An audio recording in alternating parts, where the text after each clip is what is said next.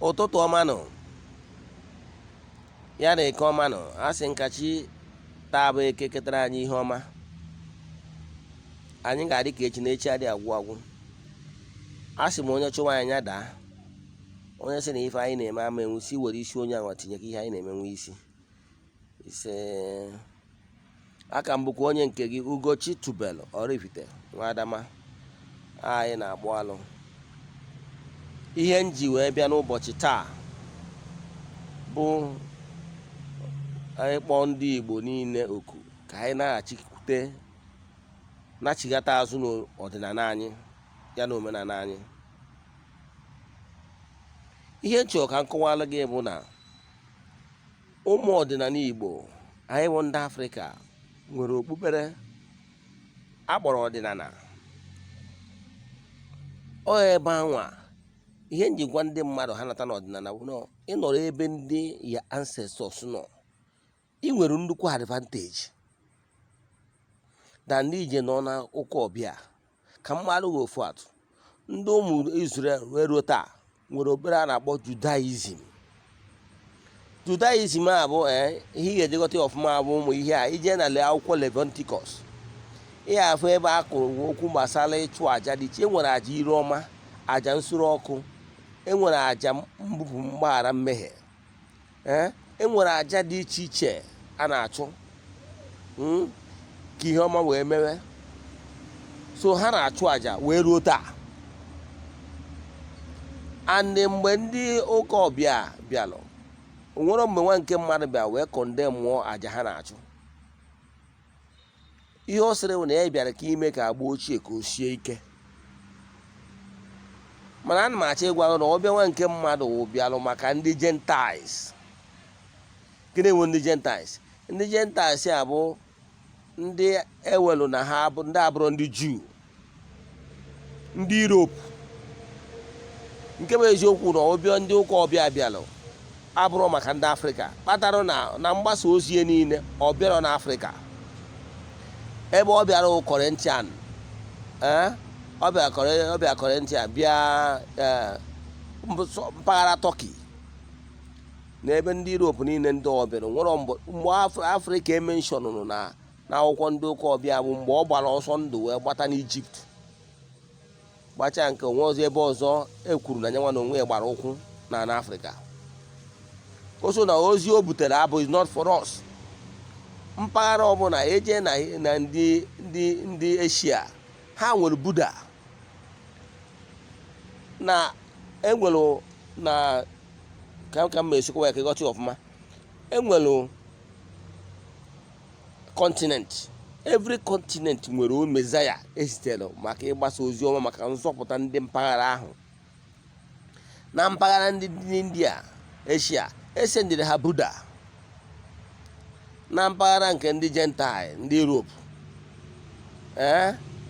esendịrị ha onye nzọpụta na nghọta ha.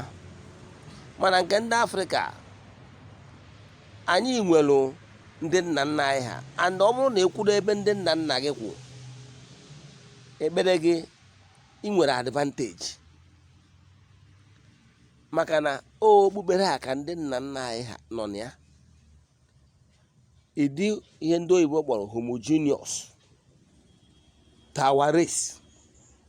Ya ọdịnala practice dị homogeneous to our race. Ọ nke dị anyị n'ime. Nke ọbụla ndị be anyị na-eji amụta bụ nke amụtara amụta. Ka mmadụ ofu atụ eriri ndị be anyị eri. Kedu ka mmadụ ga-esi agwa gị ịmakwa na ndị Igbo anọrugo over 3000 years. Ihe ọ pụtara bụ na ndị Igbo mgbe ahụ onye nwa nọ na Israel nọ na Israel na-agbasa ozi ọma ya na ndị be anyị anọrugo ebe a. Kedu ka mmadụ ga-esi gwa gị na onwero ndị nna nna ha nọ mere ihe dị mma site na mpaghara be nna gị ma ọ na mpaghara be nne gị na onwero ndị nna ha mere ihe dị mma? Ikwelu ewee kọndem mụọ ndị niile wee si anyị wee gwa anyị ndị black. Fadụ ndị black anyị eriri anyị eri. Maka na ụfọdụ iru ụlọ ụka ndị Europe today bụ ndị black ndị na-agba ụkọchukwu ka a na-esi na Naịjirịa na-egbugasị na obodo ndị ọcha ahụ ndị isi anyarị, maka n'ihi na ndị isi anyarị ụlọ ụka ha dịzi empty, some cathedral atọn go ya to night club, maka na ndị a amarụgo aghọ dị na eweju na ha ya abịazi ndị isi anyarị nwa. Ịmụkọ na obodo ndị Juu ruo today ị nwere ike ịpụta kwuo okwu against Abraham, ị nwee problem. Ha ka na-ekwu today na ha bụ ụmụ Abraham, na-akpọkụ nke Chineke nke Shedrak, Mishak na Abednego, na-akpọ God of their forefathers. Gị nwa na onwe gị ndị isi anyarị butere anyị ụka sị gị kpọwa St. Anthony, St. Paul, sị kpọwa ndị nna nna nna ha, abịazie na nke asị ga agba na ndị nna nna na ndị nna nna nke ụlọ n'ọkụ mmụọ na ha bụ demon. Ikwelu ndị be anyị teta nọ n'ụla erigo ndị be anyị too much. Ndị be anyị oriri eriri ndị be anyị mere ndị be anyị ịpụtazie ịkparịa ndị okenye, kparịa ndị ichie nna be nna gị, ịma ozi na ha bụ ya rut na ihe na-esi n'oke onye akarịa. Ịpụta n'ụtụtụ were ọjị walụ chi gị, were ọjị ịwalụ chi gị ọjị, kpọkuo ya ancestors, walụ ha ọjị, ndị nna nna ha kpọkuo ezumezu mmụọ nna be nna gị. Onwere mgbe ha ya agbakọdo gị azụ, maka n'ihi na ịbụ onye nke ha. Ịpụta n'ụtụtụ walụ chi gị ọjị, ịwacha chi gị ọjị, kene ndị ichie, kene ya gaịdị, ịmakwa na ọchị gị bụ ụzọ, ịmakwa na ọchị bụ ụzọ, na chi onye adịghị n'izu ọjọọ ọbụla onye ilo gbara n'isi na-acha ya wee marọ. Ịmakwa na ị ya ada egburu chi gị anụ gị na chi gị erikọ ka chi wee kwudo ka ịnwa na ọchị ji oke. Chi gị onye nwa ji oke gị, ya ga-eje natara oke gị mana mmadụ mana mmụọ. Mana kere ihe i mere, ndị ụka ọbịa gbara ya gaide na njem. Ị maara chi gị, ịkpọtụgo chi gị ka gị na chi gị rikọ, kọrọ ọnọdụ gị na ndị ichie ebe nne gị na ndị ichie ebe nna gị.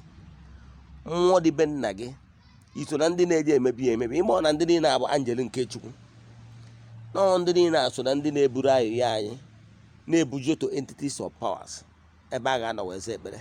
Ịmarọ etu onye isi ala anyị nọ na ịma ọ na-ekere ọrụ ekene, enwere ndị ministri, nwee gọvanọs, nwee lokal gọọmenti chairman, nwee kanselọ. Etu a ka esi wee kee powers, etu a ka Almighty nọ n'elu, Chukwu okike abịa amaghị nọ n'elu na-anara otito bido n'ụtụtụ ruo n'abalị. Ekere ọrụ eke, ọ bụrụ onye nwa bụ onye na-afụ maka day to day ụmụ ihe niile.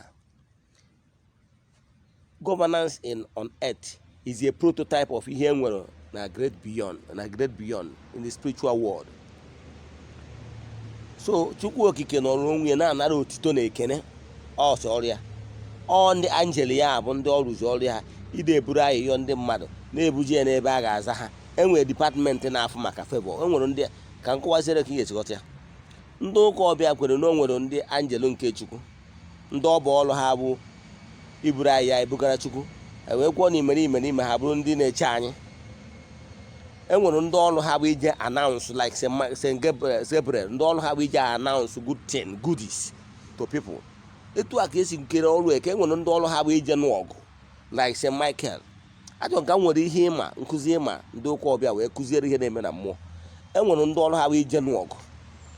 Etu a ka abịakwa na ndị anjelu nke Chukwu anyị nwere n'ọdịnala Igbo. Enwere Amadioha, enwere ndị mmụọ bụ ije n'ọgụ, ndị na-apịawa ndị ajọ mmụọ azụ na amoosu azụ. Etu a ka esi ke ha.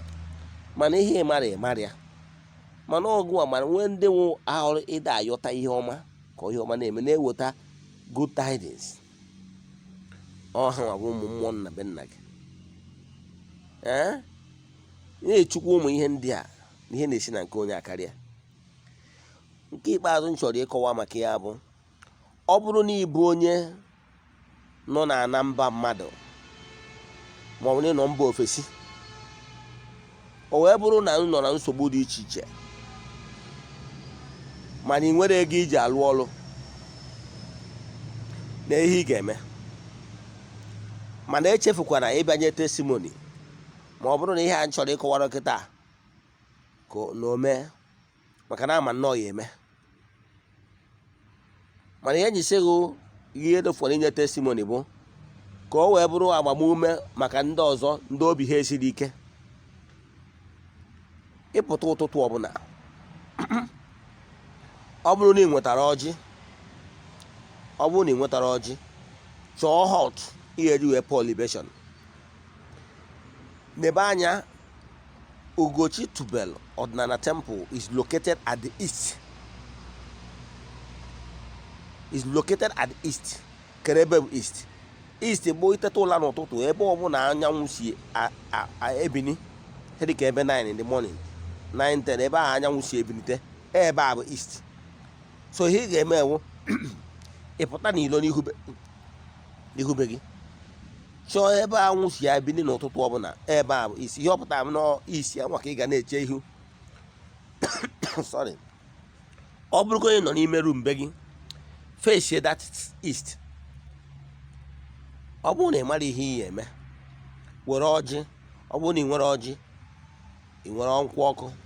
Ọ bụrụ na ị nwere nkwụ ọkụ ma ọ na ị nwere ose ọjị, chee ihu na east. Chee n'ihu na east. East wee ebe the flow of spiritual energy and power si abịa. So ebe a ka o si abịa. Ugochi tubelu Odinana temple is located at the east. So ihe ị ga-eme bụ iche n'ihu na east anwa. Iche ihu na east.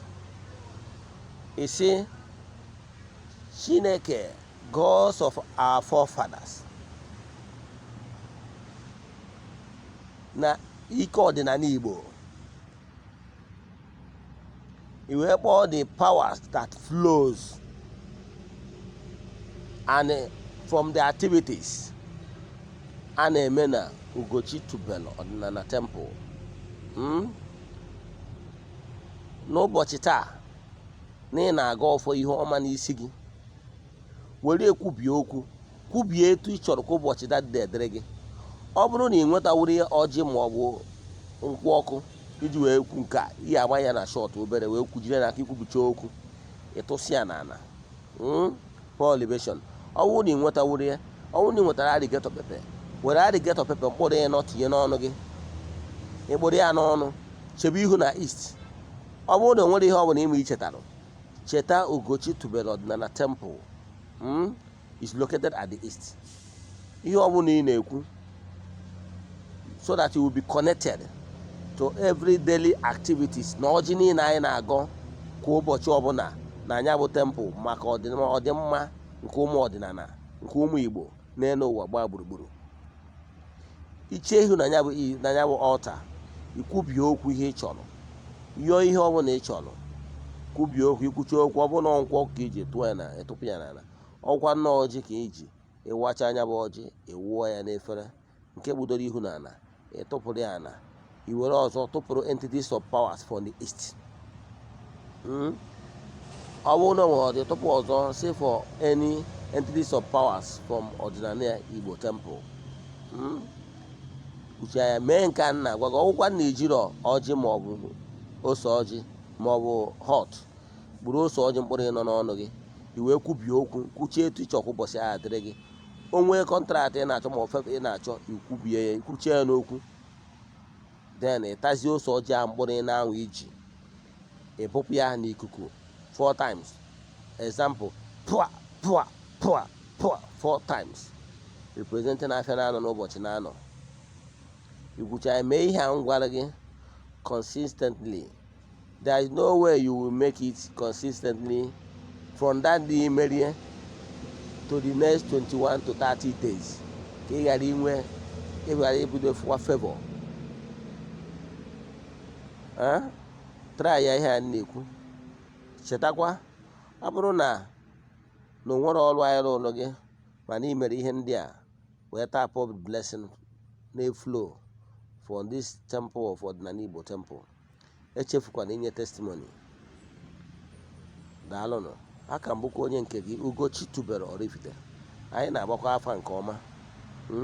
Onwe ajụjụ ọbụla ị nwere n'ihe nkụzigoro so far ma ọ bụ ihe ọbụla na-agba agharị n'ọdịnala Igbo, sendịara m ozi na WhatsApp 0805 78 37672 Ugochi tubelu Oraifite. Ị ga-ejikwa afọ a wee chọta na Facebook.